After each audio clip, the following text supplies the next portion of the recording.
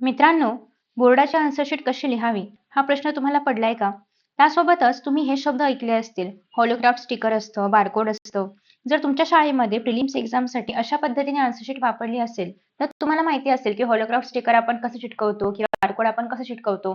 पण in case जर तुम्ही अजूनही अशा प्रकारची आन्सरशीट नाही वापरली आहे, तर तुम्हाला आधीपासून माहिती असल्या पाहिजेत काही गोष्टी आणि काही चुका ज्या की होऊ शकतात आन्सरशीटमध्ये माहिती फिल करताना, ज्या की परत तुम्हाला खूप मोठ्या प्रॉब्लेममध्ये आणू शकतात.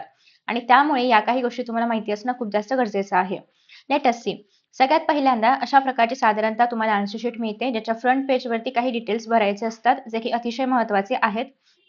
तुम्हाला 2 प्रकारचे स्टिकर्स मिळतात. एक तर असतं हॉलोग्राफ स्टिकर आणि एक असतं बारकोड. आता हे काय आहे ते आपण बघूयात. पण त्याआधी ते स्टिकर चिटकवण्याआधी काही माहिती द्यावी लागते. आता तुम्हाला जे काही हॉल तिकीट मिळतं, त्या हॉल तिकीटवरती तुमचा सीट नंबर असतो, बरोबर? तर सगळ्यात पहिली गोष्ट आपण काय करायची आहे, तो जो काही आपला सीट नंबर असेल, तो सीट नंबर तुम्हाला या ठिकाणी लिहायचा आहे. आता फॉर एक्झाम्पल हा सीट नंबर जर असेल, तर तो मी या ठिकाणी लिहिलेला आहे. आता त्या सीट नंबरलाच तुम्हाला वर्ड्समध्ये लिहायचं आहे. आता हे प्लीज एकदा बघून घ्या की कशा पद्धतीने आपण याला वर्ड्समध्ये लिहिणार आहोत, कारण कुठल्याही प्रकारची स्पेलिंग मिस्टेक वगैरे नसायला पाहिजे. हे तुम्हाला तुमच्या हॉल तिकीटवरती पण बघायला मिळेल, तिथूनच तुम्हाला हे लिहायचं आहे. सो आता हे जेव्हा तुम्ही अक्षरांमध्ये लिहिणार आहात, तेव्हा लिहायचं आहे ए डॅश. आता इथे काय आहे बघा, 1,05,011. सो तुम्हाला लिहायचं आहे 1,05,000 जे काही तुमचा सीट नंबर असेल तर तो अँड 11. सो अशा पद्धतीने तुमचा सीट नंबर लिहिणार आहात वर्ड्समध्ये. त्यानंतर तुमच्याकडे खाली 2 ऑप्शन्स बघायला मिळतात. एक तर परीक्षार्थी म्हणजे तुमची साइन आणि खाली आहे पर्यवेक्षकाची म्हणजेच इन्व्हिजिलेटरची साइन. आता अर्थात तुम्हाला तुमची साइन वरती करायची आहे आणि खाली इन्व्हिजिलेटर साइन करतील. त्याच्यानंतर तुम्हाला ना केंद्र क्रमांक सांगितला जातो किंवा बोर्डवरती लिहून दिला जातो. तुम्ही ज्या सेंटरमध्ये बसला असाल त्याचा एक नंबर असतो. सो तो नंबर तुम्हाला इतर ब्लॅकबोर्डवरती दिला जाईल किंवा तुम्हाला सांगितलं जाईल काय लिहायचं आहे. तो नंबर तुम्हाला या ठिकाणी लिहायचा आहे. ठीक आहे. तो नंबर लिहिल्यानंतर तुमच्याकडे 2 प्रकारचे स्टिकर्स येतात. एक तर तुम्हाला अशा पद्धतीने एक बारकोड वाले स्टिकर पाहायला मिळेल. आता याच्यामध्ये काय असतं तर या ठिकाणी तुमचा सीट नंबर असतो. या ठिकाणी तुमचा सीट नंबर असतो, तुमचा आजचा पेपर कुठला आहे तो असतो, तुमचा सेंटर नंबर असतो. हे सगळं असतं आणि या ठिकाणी एक बारकोड असतो. आय होप की तुम्हाला सगळ्यांना बारकोड माहिती असेल. तर तुम्हाला काय करायचं आहे, ते जे काही तुम्हाला पट्टी दिली जाईल व्हाईट कलरमध्ये असते, ती तुम्हाला बरोबर याच्यावरती त्याच्या मागे चिकटपणा असतो तो काढायचा आहे. म्हणजे ते काय म्हणूया आपण मागचा कागद काढला की त्याच्यामध्ये चिकटपणा असतो. तो काढून तुम्हाला बरोबर या बॉक्समध्येच स्टिक करायचं आहे. इथे तुम्हाला एक लाईन बघायला मिळेल, डॉटेड लाईन. ती काय करायची बरोबर या रेषे आली पाहिजे. ठीक आहे. या लाईनवरती बरोबर ती डॉटेड लाईन आली पाहिजे आणि तुम्हाला ते स्टिक करायचं आहे. याचा उपयोग काय होतो, की जेव्हा तुमचा पेपर चेक केला जातो, इथे जे काही मार्क्स असतात ते हा कोड स्कॅन करून फिल केले जातात. सो हा डिजिटल डेटा मेंटेन राहण्यासाठी, कारण अर्थात या सगळ्या गोष्टी हाईड केलेल्या असतात. तुमचं नाव माहिती नसतं, जो कोणी पेपर चेक करणार आहे त्याला तुमच्याबद्दल काहीच माहिती नाहीये. सो मग मार्क्स जे आहे तर ते आफ्टर पेपर चेकिंग या बारकोडद्वारे फिल करून ठेवले जातात. आता नेक्स्ट गोष्ट आहे ती म्हणजे तुम्हाला अजून एक स्टिकर दिलं जातं, ज्याला आपण म्हणतो हॉलोग्राफ स्टिकर. ते बरोबर या बॉक्सवरती तुम्हाला चिटकवायचं असतं. जेव्हा तुम्ही हॉलोग्राफ स्टिकर चिटकवाल, तेव्हा ही सगळी इन्फॉर्मेशन जी आहे तर ती त्या स्टिकरच्या मागे लपली जाते आणि हाईड होते. जेणेकरून जो पेपर चेकर आहे त्याला अजिबात कळत नाही की तुमचं सीट नंबर काय आहे, किंवा इतर कुठलीही इन्फॉर्मेशन तुमची त्याला कळू नये यासाठी हे असतं. सो आता इकडचा जो काही भाग होता या बारकोडचा, त्याच्यामध्ये सगळी इन्फॉर्मेशन होती ना, तुमचा सीट नंबर होता, तुमचा पेपर होता, सगळं काही होतं. ते पण आता याच्या खाली हाईड झालंय. सो हॉलोग्राफ स्टिकर हे नेहमी वरती लावायचं आहे आणि तुमचं बारकोड खाली गेलं पाहिजे, जेणेकरून बारकोडची पण इन्फॉर्मेशन जी आहे तर ती हाईड होईल. आता या हॉलोग्राफ स्टिकर मधून आरपार काही दिसत नाही, जेणेकरून तुमची इन्फॉर्मेशन आता हाईड झालेली आहे. ठीक आहे. आता काय होतं की सुरुवातीच्या पेपरला मोस्टली इन्व्हिजिलेटर तुम्हाला हे सगळं करून देतील आणि सुरुवातीच्या पेपरला तुम्हाला सांगतील पण की हे कसं करायचं आहे, पण तरी पण तुम्हाला माहिती पाहिजे की कोणतं स्टिकर कुठे लावायचं आहे, इन्फॉर्मेशन कशी फिल करायची आहे. ठीक आहे. तर यासाठी सगळ्यात बेस्ट आहे ते म्हणजे हॉल तिकीट. हॉल तिकीटवरती सगळी इन्फॉर्मेशन तुम्हाला मिळणार आहे आणि त्याचाच यूज तुम्हाला इथे करायचा आहे. आता खरं तर आपल्याकडे ना सध्याच्या ज्या काही आन्सर शीट्स आहेत त्याच्यामध्ये हा रो नसतो. याचं कारण असं आहे की सध्या आपल्याकडे कुठल्याही प्रकारचा पेपर कोड नाहीये. ठीक आहे. सगळ्यांचे पेपर सेम असतात. मग आता सब्जेक्ट कुठला आहे? सो जो काही तुमचा सब्जेक्ट असेल, मराठी आहे, इंग्लिश आहे, हिंदी आहे, तर जे कोणता तुमचा सब्जेक्ट आहे तो लिहायचा आहे. आता अर्थात मराठी, हिंदी, इंग्लिशला कुठलाही पेपर नाहीये. म्हणजे मराठी पार्ट 1, पार्ट 2 असं काही आहे का? नाही. सो मराठी, हिंदी, इंग्लिश असेल यांना डायरेक्टली तुम्हाला इथे लिहायचंय आणि खाली डॅश करायचंय. तुम्हाला याच्यामध्ये पण काही डाऊट असेल कसं लिहायचं, मराठीमध्ये लिहायचं की इंग्लिशमध्ये लिहायचं, तर तुमच्या हॉल तिकीटवरती जसंही लिहिलं असेल तसं तुम्हाला सेम टू सेम इथे लिहायचं आहे, विषय कुठला आहे ते. ठीक आहे. आता हे जर तुमचं विज्ञान असेल तर वरती लिहायचं आहे विज्ञान आणि खाली लिहायचं आहे भाग 1. त्यानंतर गणित असेल तर वरती लिहायचं आहे गणित, खाली लिहायचं आहे भाग 1. तर अशा पद्धतीने आपण इथे जे आहे तर ते लिहितो. पेपरमध्ये नेहमी भाग 1 किंवा भाग 2 येणार आहे. हे जर तुमचं समाजशास्त्र वगैरे असेल तर वरती येणार आहे समाजशास्त्र आणि या ठिकाणी येणार आहे पेपर 1 आणि हवा तर ब्रॅकेटमध्ये इतिहास लिहू शकता. आणि हे जर भूगोल असेल तर समाजशास्त्र पेपर 2 आणि ब्रॅकेटमध्ये लिहायचं आहे भूगोल. दिनांक जी काही तुमची दिनांक असेल एक्झामची तर ती तुम्हाला टाकायची आहे. ठीक आहे. सो जी कुठली दिनांक असेल ती अगेन तुम्हाला दिनांक माहिती नाही, डोंट वरी. तुमच्या हॉल तिकीटवरती दिनांक सहित सगळं लिहून दिलेलं असतं. सेम तुम्हाला तिथे लिहायचं आहे. दिनांक कशी लिहायची कुठल्याही फॉर्मॅटमध्ये लिहू शकता. 27 फेब्रुवारी लिहा, 27/2 लिहा, लिहू शकता. त्याचं काय असं कंपल्शन नाहीये. Language of answer. आता तुम्ही आन्सर कुठल्या लँग्वेजमध्ये लिहिणार आहात. अर्थात मराठीचा पेपर असेल तर या ठिकाणी मराठी येणार आहे, इंग्लिश असेल तर इंग्लिश येणार आहे, संस्कृत असेल तर संस्कृतमध्ये पण तुम्ही मराठी मीडियमचे असाल तर इथे काय लिहायचं आहे. एक मिनिट मी तुम्हाला लिहून दाखवते. संस्कृतमध्ये पण तुम्ही जर मराठी मीडियमचे असाल तर तुम्हाला विषयामध्ये संस्कृत लिहायचं आहे. उत्तर लेखनाची भाषा पण संस्कृत असली पाहिजे आणि मराठी मीडियमचे असाल तर ब्रॅकेटमध्ये लिहायचं आहे मराठी. इंग्लिश मीडियमचे असाल तर ब्रॅकेटमध्ये लिहायचं आहे इंग्लिश. हे आपण का स्पेसिफाय करतोय, कारण जेव्हा आपण माध्यम भाषा उत्तरात लिहितो तेव्हा ते या माध्यमामध्ये असलं पाहिजे. मराठीमध्ये लिहित असाल तर मराठी लिहायचं आहे, इंग्लिशमध्ये लिहित असाल तर इंग्लिश लिहायचं आहे किंवा इंग्रजी लिहायचं आहे. तर हे तुम्हाला लक्षात ठेवायचं आहे. आता दुसरी गोष्ट अशी आहे की काही मुलं जे की इंग्लिश मीडियमचे आहेत त्यांना सायन्स अर्थात इंग्लिशमधून आहे तर तुम्ही या ठिकाणी उत्तर लेखनाची भाषा इंग्लिश लिहायची आहे. जे जे मराठी मीडियमला आहेत आणि ज्यांना विज्ञान मराठीमधून आहे, विज्ञान भाग 1 भाग 2 जे काही असेल ते, त्यांनी उत्तर लेखनाची भाषा मराठी लिहायची आहे. सेम इतिहास राज्यशास्त्र पण ज्यांना इंग्लिशमध्ये आहे त्यांनी खाली इंग्लिश लिहायचं आहे, ज्यांना मराठीमध्ये आहे त्यांनी खाली मराठी लिहायचं आहे.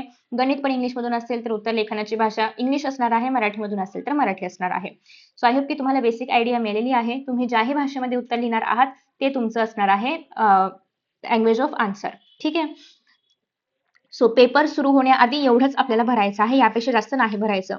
जेव्हा तुमचा पेपर पूर्ण होईल म्हणजे पूर्ण झालेला आहे पेपर लिहून, जर तुम्ही ही तर आपली आन्सर शीट आहे, याच्या व्यतिरिक्त जर तुम्ही काही सप्लिमेंट घेतले असतील तर त्याचा नंबर तुम्हाला या ठिकाणी ऍड करायचा आहे.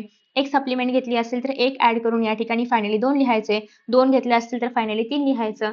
हे आपण का करतोय, तर आपण सप्लिमेंट धाग्याने बांधतो. मे बी होऊ शकतं की गठ्ठ्यामध्ये धाग्याने बांधला, धागा निसटला गेला आणि एखादी सप्लिमेंट गहाळ झाली तर ऍटलिस्ट एक्झामिनरला माहिती पाहिजे की तुम्ही सप्लिमेंट घेतली तरी होती, सो दॅट ते शोधायचं ट्राय करतील ना. सो त्याच्यामुळे तुम्हाला पुढे मेन्शन करायचं आहे की तुम्ही सप्लिमेंट घेतली आहे का, असेल तर किती घेतलेल्या आहेत आणि मग पुढे फायनल आन्सर. आणि इन केस तुम्ही जर नाही घेतली तर या ठिकाणी 0 लिहायचं आणि 0+1 1 येईल. ठीक आहे. सो हे झालेलं आहे तुमचं काम पेपर झाल्यानंतरचं, हे पेपर होण्याआधीचं. बाकी हे काही आपल्या कामाचं नाहीये, सो इथे काही नाही करायचंय. आता जे एक्झामिनर असतात ना, हे तुम्हाला मी असं जस्ट एक इन्फॉर्मेशन म्हणून सांगते की सुरुवातीला तुमचा पेपर एक टीचर चेक करतो जो की एक्झामिनर असतो आणि त्याने या ठिकाणी काही मार्क्स लिहिलेले असतात. सेम मार्क्स नंबर्समध्ये पण फिगरमध्ये पण त्यांची या ठिकाणी साईन वगैरे असते. फॉर एक्झाम्पल की हा मराठीचा पेपर आहे आणि तुम्हाला साधारणतः एक 80 पैकी 75च्या अबोव मार्क्स पडतायत. ठीक आहे. 80 पैकी 75च्या अबोव मार्क्स पडतायत. तर तुमचा पेपर जातो मॉडरेटरकडे, म्हणजेच पुन्हा एकदा चेक करण्यासाठी की एवढे मार्क्स कसे काय पडतायत. सो परत एकदा रिचेक केला जातो पेपर दुसऱ्यांदा. तरी पण तुम्हाला जर 75 78च्याच आसपास मार्क्स येत असतील किंवा कदाचित आउट ऑफ मार्क्स येत असतील तर हा पेपर जातो मग चीफ मॉडरेटरकडे, जेणेकरून अजून टफ चेक केला जावा आणि मग जे काही या ठिकाणी मार्क्स येतील चीफ मॉडरेटरने दिलेले ते तुमचे असणार आहेत फायनल मार्क्स. काही काहींचे पेपर्स जे आहेत तर ते फक्त एक्झामिनर चेक करतो आणि तेवढ्यापुरतीच ती प्रोसिजर संपते. मग या ठिकाणी जे काही मार्क्स असतील ते तुमचे फायनल मार्क्स असतात, जे की या बारकोडवरती एंटर केले जातात आणि मग ते तुमच्या नावावरती सेव्ह होतात. ठीक आहे. हा बारकोड प्रत्येक व्यक्ती किंवा प्रत्येक स्टुडंटसाठी वेगळा असणार आहे आणि त्याची इन्फॉर्मेशन इथे स्टोअर केली जाणार आहे. तर अशा पद्धतीने हे आपण बघितलं की या पहिल्या पेजचं काय काय महत्व आहे. इन केस तुम्ही जर म्हणजे काही कॉपी करताना वगैरे पकडला गेलात किंवा काही झालं असेल तर या ठिकाणी रेड पेनने लिहिलं जातं की कॉपी करताना पकडलं गेलेलं आहे किंवा काहीतरी चीट वगैरे आणली गेली होती किंवा काही झालं होतं, तर ते सगळं या ठिकाणी ॲज अ रिमार्क दिलं जातं, जेणेकरून जेव्हा पेपर चेक केला जाईल तेव्हा सुद्धा त्या गोष्टी त्या एक्झामिनरला कळाव्यात यासाठी. सो जर असं काही झालं असेल तरच या ठिकाणी लाल पेनाने लिहिलं जातं, अदरवाईज ही जागा जी आहे तर ती ब्लँक ठेवली जाते. आता या ठिकाणी जे काही मार्क्स असतील ते परत एकदा या ठिकाणी सिस्टमॅटिक वे मध्ये भरले जातात आणि मग इथला जे काही पेपर आहे त्या सगळ्या पेपरवरचं सगळं आपण पाहिले कसं लिहायचं, काय लिहायचं. ठीक आहे. आता बघा आन्सर्स कसं लिहायचे. या पेपर नंतर मागच्या पेपरवरती तुम्हाला आन्सर्स लिहायचे असतात. आता आन्सर्स मध्ये पण आपण जेव्हा आन्सर्स लिहितो तेव्हा आपण काही लाईन्स ड्रॉ करतो. सो त्या कुठे कुठे करायच्या आहेत आणि कशा लाईन्स ड्रॉ करायच्या आहेत आणि बेसिकली आपण लाईन्स का ड्रॉ करतोय तर बघा, ही तुमची जी आन्सर शीट आहे याच्यामध्ये आपण 3 लाईन्स ड्रॉ करणार आहोत. एक तर पहिली तुमची लाईन असणार आहे ती म्हणजे राईट हँड साईडला या ठिकाणी. इथे काटोकाट पण मारू शकता किंवा काही जागा सोडून पण मारू शकता. आता हे तुमच्यावरती आहे. बट लाईन ड्रॉ करायची आहे. याचं कारण असं आहे की हे जे पेपर्स आहेत ना हे एका गठ्ठ्यामध्ये असे सुतळीने वगैरे पॅक करून ठेवले जातात आणि मग काय होतं की सुतळी बांधल्यामुळे ना इथून असे कट्स जाऊ लागतात पेपरला. सो तुम्ही जर लिहित इथपर्यंत गेला तर तुमचं ते जे काही लिहिलेलं असेल तर ते कट्स मध्ये जाईल. सो ते एक्झामिनरला कळणार पण नाही की ते काही लिहिलं होतं की नाही. सो ते अवॉइड करण्यासाठी एक सेफ्टी म्हणून तुम्हाला या ठिकाणी लाईन ड्रॉ करायची आहे. या लाईनचा आणि मार्क्स मिळण्याचा काही संबंध नाही. आपण फक्त आपल्या सोयीसाठी किंवा पेपर प्रेझेंटेशनसाठी ही लाईन ड्रॉ करतोय. ठीक आहे. सो ही लाईन आपण का ड्रॉ करतोय आपल्या सेफ्टीसाठी की आपण लिहित पुढे नाही गेलं पाहिजे. सो दॅट आपला पेपर सेफ राहील आणि आपण जे काही लिहिले ते एक्झामिनरला वाचता येईल. ठीक आहे. आफ्टर दॅट दुसरी गोष्ट अशी आहे की अजून लाईन्स तुम्हाला ड्रॉ करायच्या असतात. आता या ठिकाणी एक लाईन तुम्हाला इथे ड्रॉ करायची असते. राईट. सो इथे तुम्हाला एक लाईन ड्रॉ करायची असते आणि एक लाईन तुम्हाला इथे ड्रॉ करायची असते. आता का ते मी तुम्हाला सांगते. ठीक आहे. आता जेव्हा तुम्ही नवीन प्रश्न सोडवायला घ्याल, फॉर एक्झाम्पल प्रश्न पहिला आहे, तर या ठिकाणी येईल प्रश्न पहिला. आता एखादा असा प्रश्न आहे, प्रश्न पहिल्यामधल्या अ मधलं क आणि त्यातलं पहिलं असं काहीतरी असेल, एवढ्या मोठ्या त्या प्रश्नाचं लोकेशन असेल, काहीतरी रिकाम्या जागा भरा वगैरे असं काहीतरी आहे या ठिकाणी. तर तुम्हाला काय करायचं आहे, या ठिकाणी प्रश्न पहिला आणि तुम्हाला हे पण माहितीच आहे की नवीन प्रश्न क्रमांक नवीन पानावर.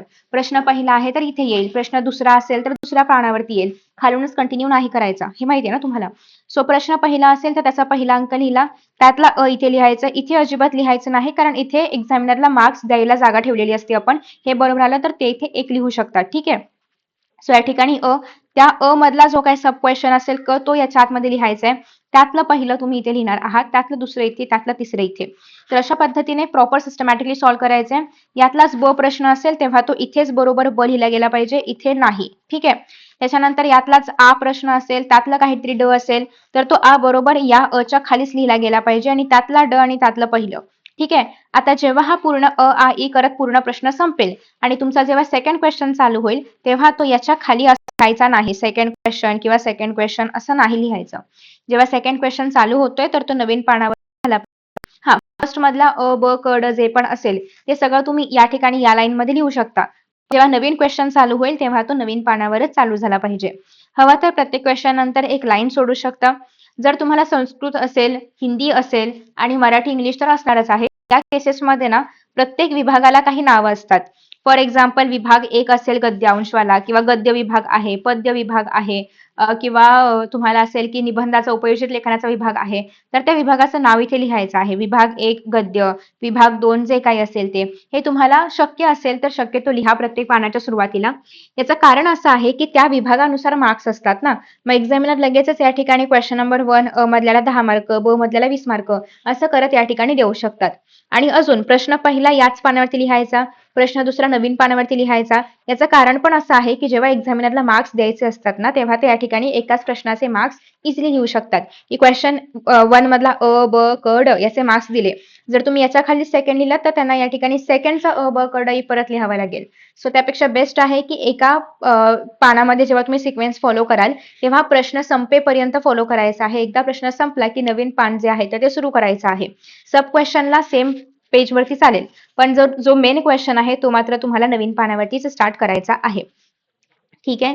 तर आफ्टर दॅट नेक्स्ट आहे की बऱ्याच जणांचं असं म्हणणं असतं की मॅथ्स असेल किंवा सायन्समध्येच म्हणा काही न्यूमेरिकल सॉल्व्ह करायचे असतात तर ते कुठे करायचे, तर तुम्ही लास्ट पेज जे आहे शीटचं तर ते घेऊ शकता. वरती इथे कंपल्सरी लिहायचं आहे, रफ वर्क लिहू शकता. ठीक आहे. इथे वरती पेनाने तुम्हाला रफ वर्क लिहायचं आहे. शेवटचं पान घ्यायचं आन्सर शीटचं आणि त्याच्यामध्ये तुम्हाला जे काही करायचं आहे ते करू शकता. आणि आफ्टर एक्झाम इन केस तुमच्या लक्षात राहिलं तर याच्यावरती काट मारा. अदरवाईज नाही मारली तरी पण चालेल, कारण तुम्ही वरती रफ वर्क असं मेन्शन केलंय. सो रफ वर्क मेन्शन करूनच तुम्हाला त्याच्या खाली जे काही करायचं ते करू शकता आणि नंतर मग हवं तर काट मारू शकता.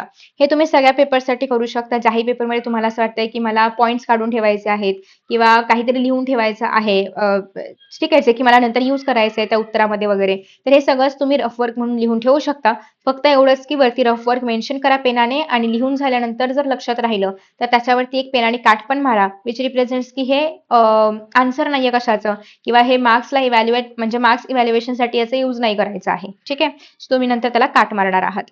तर अशा पद्धतीने आपण ऑलमोस्ट सगळेच कव्हर केलेल्या आहेत गोष्टी.